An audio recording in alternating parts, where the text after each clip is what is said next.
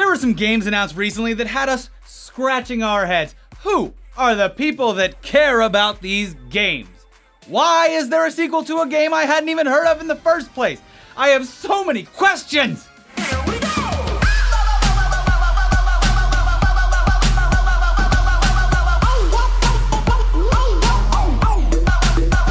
No, you fucking cuck! Peggy 18. When Crackdown 3 was announced at E3 this past year as if it was some sort of big reveal, it's kind of understating it to say that neither of us gave a single shit.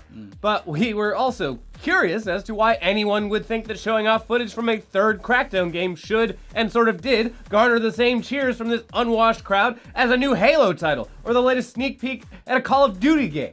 Woo! Crackdown 3! Not that Call of Duty and Halo games are good, but they have built loyal fan bases over the years that has no doubt been passed on to include people growing up in an entirely new generation. Where the fuck did all these Crackdown fans come from? Yeah, Crackdown fans, true, yeah, but we all know that Crackdown fans, they prefer to be referred to as their fandom nickname, crackheads. Oh, of course. Yeah, bok, crackhead. But really, why the hell is there a third Crackdown game, and why should anyone give a shit? There's no denying that the first Crackdown game was, by all intents and purposes, a successful game regarding sales numbers, especially for right out of the gate, a first brand new IP. But there's an extremely specific reason why the game performed so well at launch. If you purchased Crackdown at launch, you gained access to the Halo 3 multiplayer beta for an entire month. And let me tell you a story about little old Ricky for the win back in the good old days of 2007.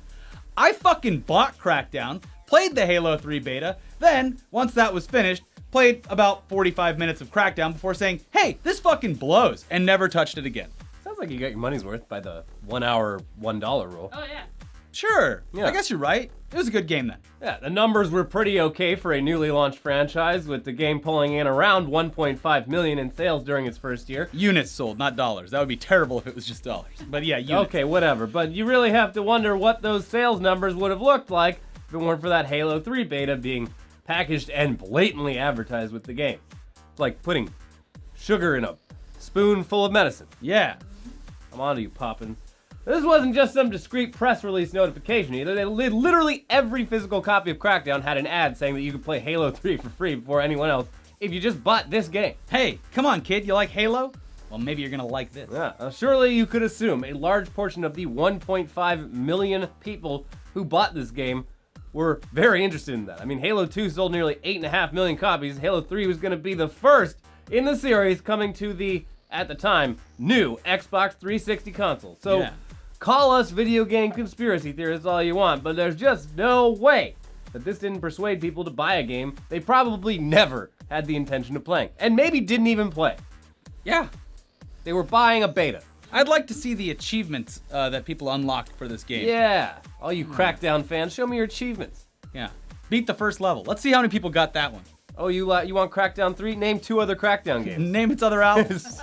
Now, this all comes at a time where Microsoft was very desperate for original IP, so they really wanted to make this franchise work, or any franchise work. So they're like, you know what? Cool, here's something. Eventually, as we all know, they would just end up buying the rights to Minecraft so they could just make money forever, and so that Notch could focus on his true passion of shitposting on Twitter. But still, they wanted a damn franchise, so they eventually got the team together for a sequel. Here we go, boys! Another game that's sure to perform as well as the first.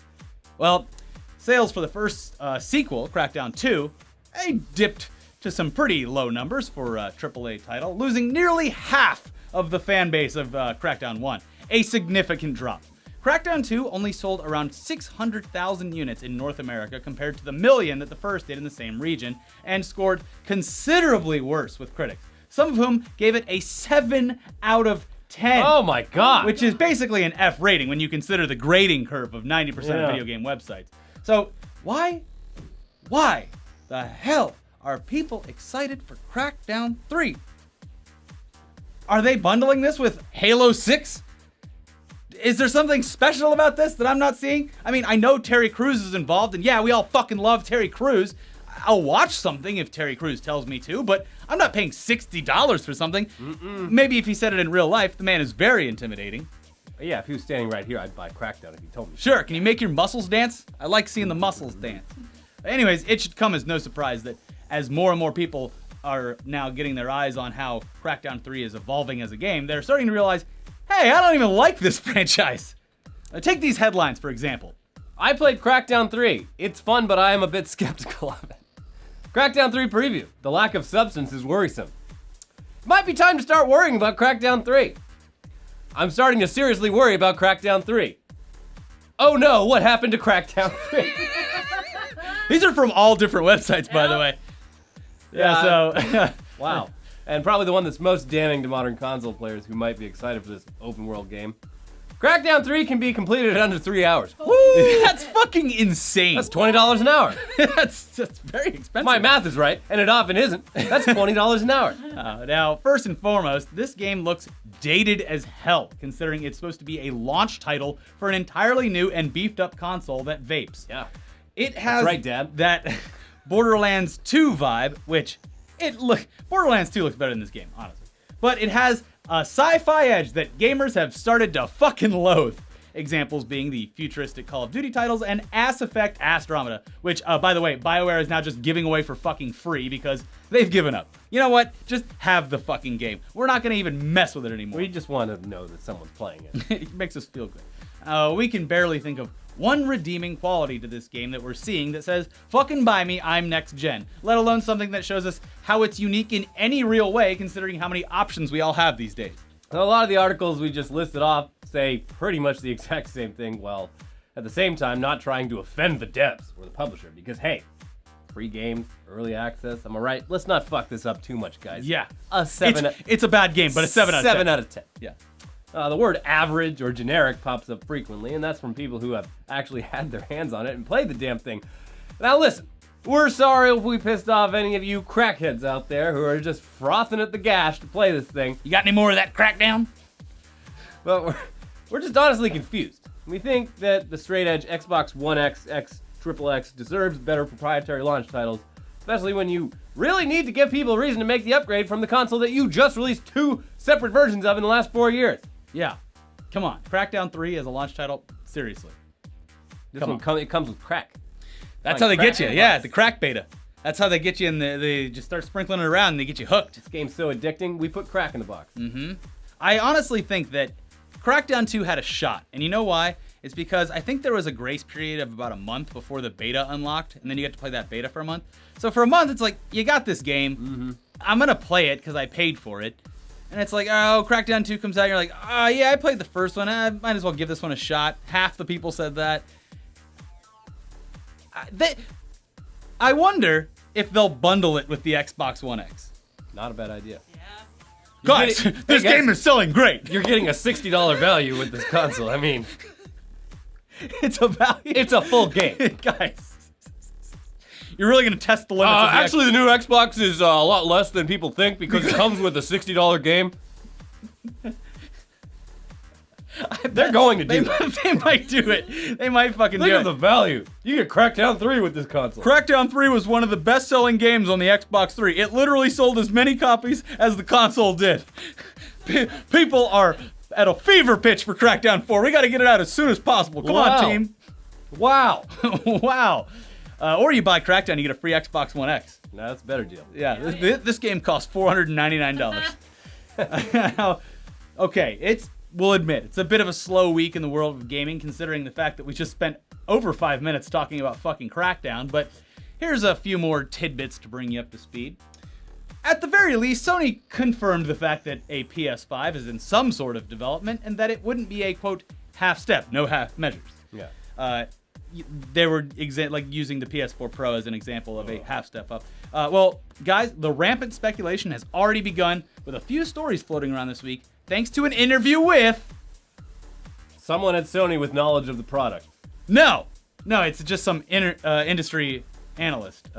Anyways, this analyst, he had an interview with GamingBolt.com where he said this. My favorite website. The PlayStation 4 Pro is better from a technical perspective than the PS4, so I think that's a half step towards the PlayStation 5. I think the PS5 will be another half step. So he's being honest when he said he is not doing a half step for the PlayStation 5. How much faster can it be? It'll surely support 4K. Will it support 240 frames per second? Great. Will it play the games that were made for the PlayStation 4 Pro? That's the question. I think it will. So I think they'll build a console that will be backwards compatible with the PS4 Pro. So I think it'll be perceived by it'll be perceived by the consumers to be half-step, and I think that Sean is telling the truth when he Sean is telling the truth when he says it will be a full-fledged console. My expectation that it's not coming out in 2018. That is a 2019, 2020, but probably 2019. Guys, it's eventually going to be there. Sony's probably timing it better because they're going to bring out a 4K capable device when the 4K TV market reaches 50% in the US and 35% in the rest of the world. I think Sony's probably got the next console cycle nailed down already. I think they already know what they got to do. Fuck you. You don't know anything. This guy doesn't know a damn thing. I could have gotten that same answer if I'm going up to some kid at Chuck E. Cheese. What do you think about the PlayStation 5? Well, I think it's going to be better. The PlayStation 4 Pro was a half step, and this is another half step. And 4K TVs, and it'll have 240 frames. And it's going to be backwards compatible. Because I like my old games too. He said, fuck you.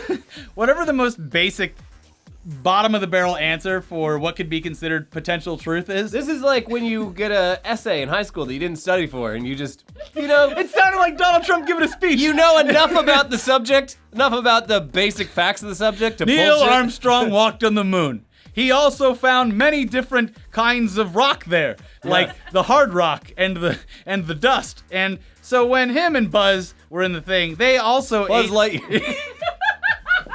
And Woody. Yeah. Oh my God. No, it sounds like a speech. Like we got to do something about the infrastructure. We have all the crumbling roads. We got to make new roads. Yeah. The new roads they'll be made out of a substance that we like to call asphalt, and it's really strong, really great stuff. It's the best stuff. The speech has to be a full 5 minutes, so stretch it out. Take your time. So yeah, cool, dude. There it is. Confirmed. All the facts you need. Yeah, this story, it's just filler for an otherwise boring week in the world of gaming. Things are so dry out there, and people are so thirsty for the juicy ass of video game news that they'll take it.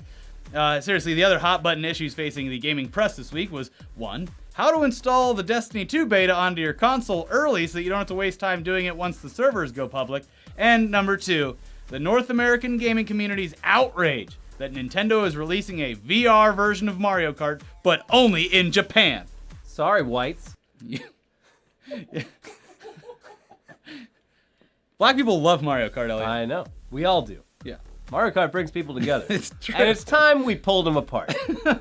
Okay. Japan, number 1. Anyways, as for Destiny 2, PS4 players are going to be playing it this weekend. Xbox players can play it next weekend. It features the opening mission, a strike, 2 Crucible game types. You get to play the new subclasses. You get to take them for a spin, and then also check out the social space, but only on the last day of each beta, the social space part. As for Mario Kart VR, I'm going to Tokyo in November, so I'll tell you all how awesome it is, and then lick up all your little Nintendo loving tears. I'm gonna smash it. So is it an arcade? It's in an arcade. Yeah. Oh.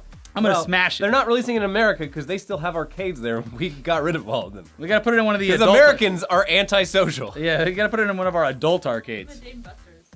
Yeah. Yeah, Dave & Buster's counts, I guess. Yeah, maybe. But anyway, Dave & Buster's is a casino for children. enough about Cheese for adults. Whatever. enough about looking consoles. It's time to start eating ass. That's right. The man behind the completely nonsensical new movement of proud ass-eating teens is back to review something else. So all you Shibby fans, wipe that shit off your faces and get ready, because your Lord and Savior has arrived. On your knees. Tugs boys and Tugs girls, this week I was unable to review a potential Game of the Year candidate involving romancing other men. Personally, I'm not at a point in my life where I can be called a bi-curious father in my mid to late 30s, living in a cul-de-sac with other hot, single dads. So why not live vicariously through a video game? Anyways, as of this recording, Dream Daddy Dating Simulator is still delayed, unfortunately. Hopefully next week, I'll be able to get my Dorito-crusted hands on its booty. Sadly, no other games really came out this week, and I refuse to play any more Final Fantasy XIV MMO games after I lost 2 years of my life playing Final Fantasy XI online in my Club Penguin, bitch. Woo! In my earlier days, rest in peace, actually. So this week, I'm gonna turn my sights to YouTube. Fortunately, net neutrality is not over, and the internet has not been regulated by Comcast or AT&T, which should be criminal. Woo! All right. Okay. Yeah, net neutrality. All right. Over the last week, the only thing in my Twitter timeline other than Mayweather versus McGregor PR stunts, Ricky and Elliot trying to revive the use of chicken head in a non-derogatory way, and this damn video game donkey video talking about game critics. Literally the first word spoken in this video is game critics fucking suck. Yeah, tell them, Dunk. Wait, what? Being that the show is T.U.G.S and only the most ethical video games journalism on the internet, I have to agree. I hate myself, Ricky, Elliot, and console players. Funny enough, Donkey included Machinima.com on his title slide for game critics. Today I swung by our little website and main YouTube channel. I can't quite remember the last time we actually did any video game editorial work, but I'll take his word for it. I think the most controversial,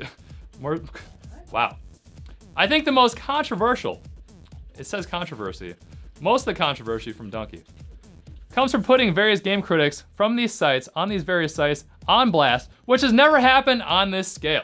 I can't say I watch a ton of Angry Joe or Jim Sterling, but I have never seen them include footage, actual footage, from IGN or GameSpot to the level that Donkey did, including reviewers' names on the screen, etc., etc. This is probably for the first time, other than this video getting angry messages down below, which many of you should be fanboys do from time to time, and actually those real T.U.G.S boys that are down there eating ass, so bless up. But the first time that these game critics have gotten hate like this, other than just a few comments. Like I was saying, these game critics finally got called out for their opinions, once again opinions, on one of the largest video game focused channels on YouTube. Donkey's channel in the last 30 days has grown by 115,000 subscribers, and he has done almost 40 million views. He's a legend who just doesn't give a fuck. The amount of hate from people within the industry Donkey has gotten from Twitter makes his argument even more valid. While I don't think people will lose their jobs over this, thankfully, it's eye-opening, it's powerful, and it sends a shockwave.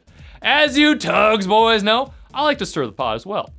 A point that Sir Dunkington touches on is he really does not like slow gameplay mechanics, anime, turn-based combat, or most RPGs in general. He generally hates those styles of game, and is consistent with that throughout his content on his channel. However, when he does actually like an RPG game, say Persona 5, like he mentioned, then that's actually a really good title. People have their own taste, like myself, and I hate all video games, but when I say PlayerUnknown's Battlegrounds, or Keemstar's Fidget Spinner, is a 10 out of 10, that should raise an eyebrow. Even though Donkey hates Machinima, since we are a YouTube gaming network from the beginning of time when the partnership started, I appreciate his video and insight into his thoughts on game critics. The arguments are spicy, his commentary is spicy, and the amount of polarizing feedback he has gotten is post-Taco Bell eating ass spicy. I must rate Game Critics this video, a much watch 10 out of 10. Much wash. Shit, you know they removed reply videos in like 2010. I miss my reply girls. They always had their tops cut real low. You know, you realize Donkey didn't put you in his video, so you're ethical. Fuck. He couldn't say a damn word about you. You're too I damn clean. I think he hates Machinima though, so we're good. Yeah, well, who doesn't? All right. And before we go, just so we're sure that we're not crazy, we looked up some reviews for Crackdown 2 on Amazon just to give us a bit of a preview as to what we can expect from the console-exclusive launch title, bundled with every new console. They'll come with they're gonna bundle it with controllers. Just fucking take it. You can Crackdown 2, the only place you can get your Xbox controller. For a limited time, when you buy a headset for $10 on Dell.com, we're throwing in all 3 Crackdown games. It's the only backwards compatible title. Yeah. You're gonna love it. You're gonna love it. all It runs 3 at 500 frames a second because it looks like shit. That's 9 hours of gameplay, kids. Yeah. If we bump up the FPS, it's technically more gameplay time. That's right. Yeah, because there's potentially 500 seconds in every kind of, every frame. The math turns, it's fine. But here's a review of Crackdown 2, and it comes from the username Jizza, who titled their review, "This game stinks." They said, I loved the first Crackdown when it came out 20 years ago, but this one stinks. Graphics are terrible, controls are duty, and it's just no fun. Save your money and jam a pencil up your butthole instead. 1 star. I like how instead of just not playing anything, jam a pencil up your ass. Pain is better than ambivalence. Oh man. What a mess of an episode. Yeah. Hey, it's all your fault. Yeah. There's no gaming news. No. I wrote 2 paragraphs about this game where you can like fuck chicks at a house party, but it was like all the comments are just gonna be like, man, fuck these cucks. I want to fuck chicks in a game. I don't care if it's technically date rape, cause it was. It's a bad game. Yeah. Well. Yeah. Yeah. So we just didn't Sorry. even mention The weebs won. it. Yeah. Anyways. We have other content you can waste your time on, or just jam a pencil up your ass instead. Watch our most recent stream where we played PlayerUnknown Battlegrounds. Follow us on Twitch. I'm twitch.tv/ITS. Ricky for the win. It's Ricky for the win. Twitch.tv/ELIOTETC. You can't see it, but right off camera, Elliot. Oh, he'll bring it in. Elliot has joined the master race. Why build a computer when you can pay someone else to do it for you? So Elliot's gonna be playing games. Yeah, baby. Got the 770K.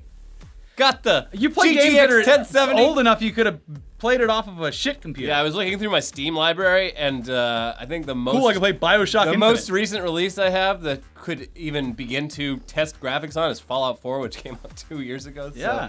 But it's gonna look great. it's gonna look fantastic. Yeah. Anyway, so yeah, watch our most recent stream of PlayerUnknown. Follow us on Twitch, also twitch.tv/etc_show, and check out our new episode of Weekly Weird News. Buy a damn ethical games journalist shirt over at etcmerch.com too, damn it. We'll see you next time.